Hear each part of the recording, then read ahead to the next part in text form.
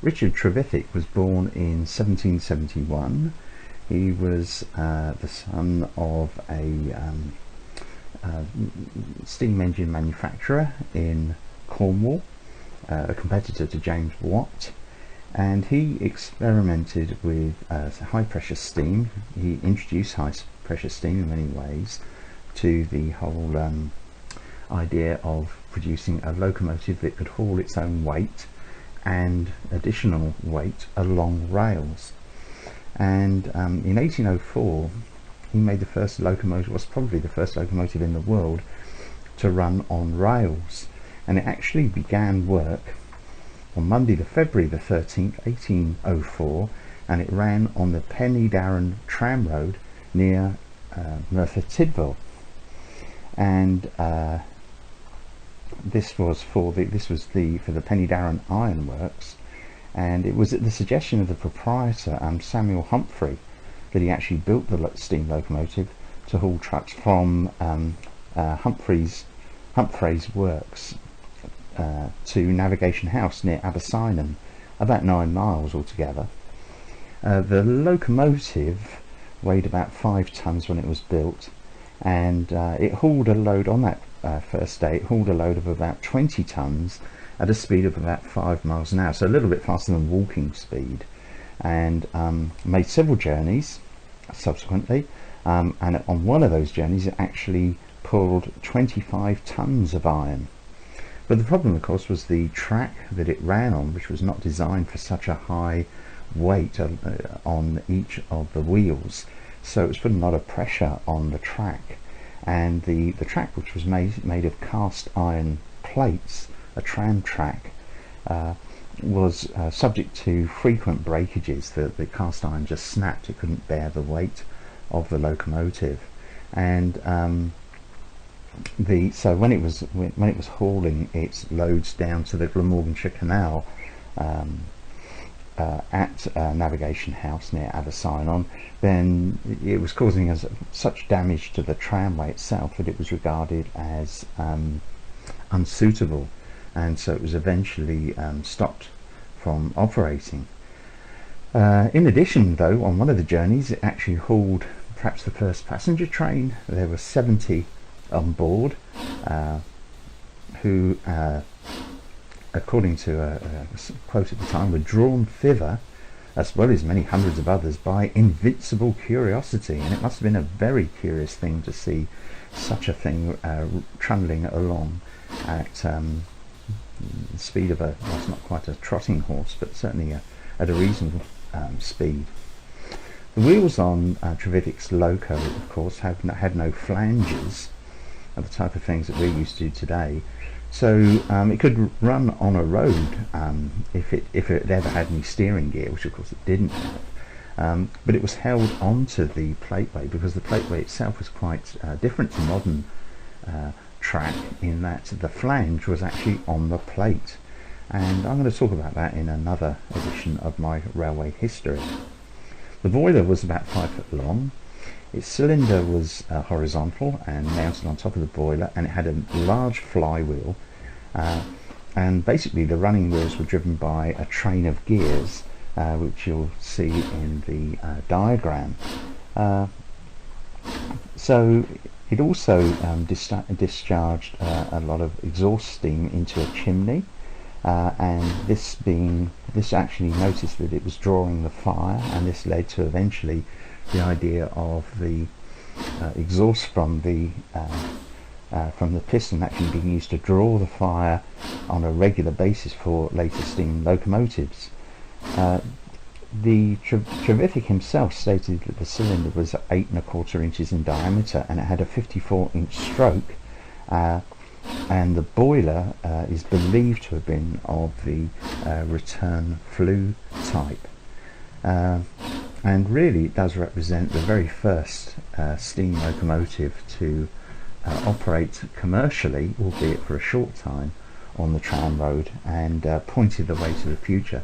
But it's just the first reason why Richard Trevithick should be regarded as the father of, or at least one of the leading proponents of, the high pressure steam locomotive.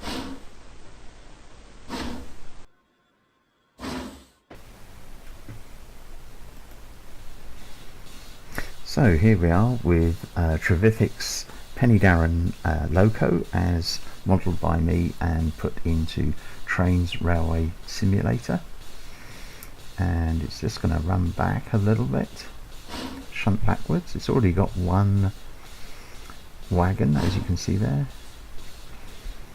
which is acting like a tender. We just turn that slightly and tip it a little bit more. You look down into the mess that is in whatever it is in the cauldron wagon, and it's just shunting back now. And I've set this model so it won't run too fast. You can get it actually to run faster than its prototype, but it doesn't look very good. And as you can see, it's running on the very basic plateway track, which I've also modelled. Now this is just a repeating spline, track spline, and it doesn't have the complicated junctions automatically appearing that you get in the new type of track used in Tame, the Trains in New era. And so we're just going to slow up a little bit because we don't want to crash into these wagons. But as you can see, it makes it from being an experimental locomotive into one that you can run quite easily in trains, and you can have your very own 1804 plateway layout. So that's well before, so that's 21 years before the Stockton and Darlington. Whoops, not too fast, there we are. And it should be buffered up now. So we'll just turn around a little, and we'll change the junction over to the right there, and now we'll start our little train, and it should begin to haul it. Oh, there we go. We've managed to jerk those cauldron wagons into action because it's at a very slow speed. And these are modelled on the types of wagons that operated at about that time on other plateway railways. So this is just a demonstration layout which I've knocked up for YouTube. If we have a look round, and we can see that incredible flywheel which was designed to keep the motion in between the strokes of the piston. And the cauldron wagons, I've just noticed here, don't completely tightly buffer up, but they certainly give the impression of these very old engines. And all of these models, by the way, are available free of charge. They're freeware. I make them for Trains Railway Simulator, and this is actually running in Trains, what version is it? Trains 2012, not in the very latest version. I forget now why I did that, but I just decided I would do it in this version, and we'll just give it a bit more steam there to get it moving. And I'm going to switch over to free roaming view. Where are we? Here we are, free roaming view, so we can get a look from the sort of ground level at these this incredible locomotive. Let's just zoom along a little bit and have it come past us. There we are, we're actually sat on the ground now, I think. And so these locomotives, and locomotives of this type, I mean this is just the first produced by Trevithick, these locomotives really were quite remarkable for their day, running on this plateway track, and operating coal mines, iron ore mines, anywhere where large bulk loads had to be moved,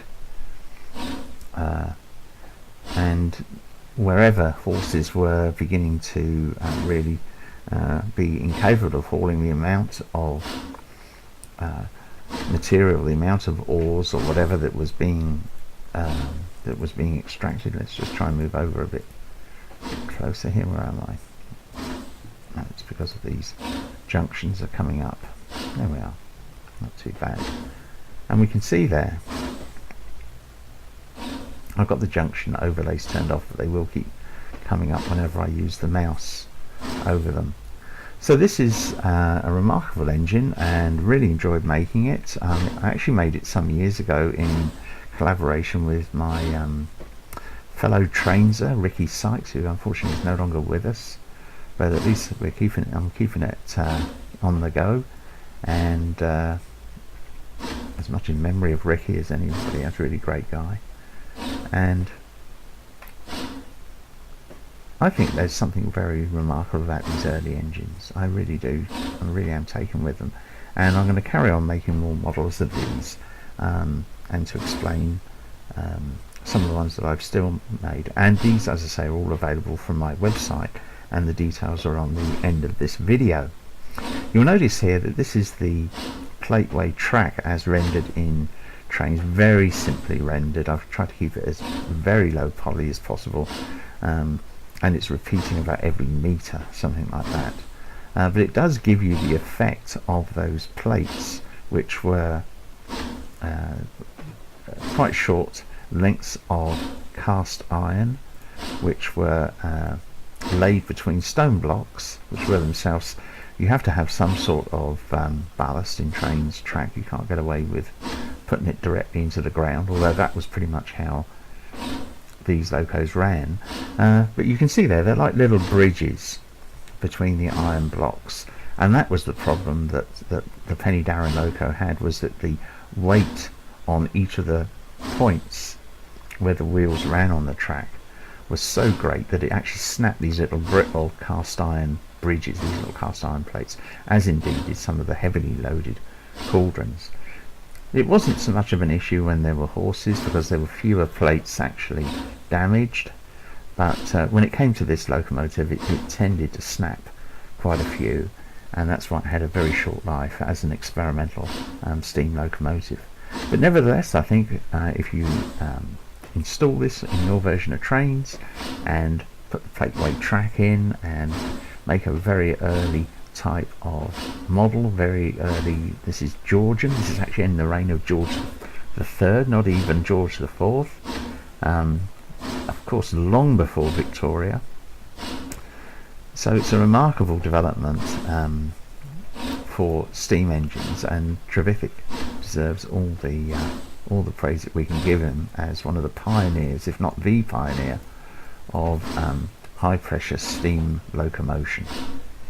So there we are. I hope you've enjoyed this video. If you have, please subscribe to my channel, ING for Trains. Subscription is absolutely free. There is no commitment, but it means I'm encouraged to make more of these, which I hope you'll enjoy.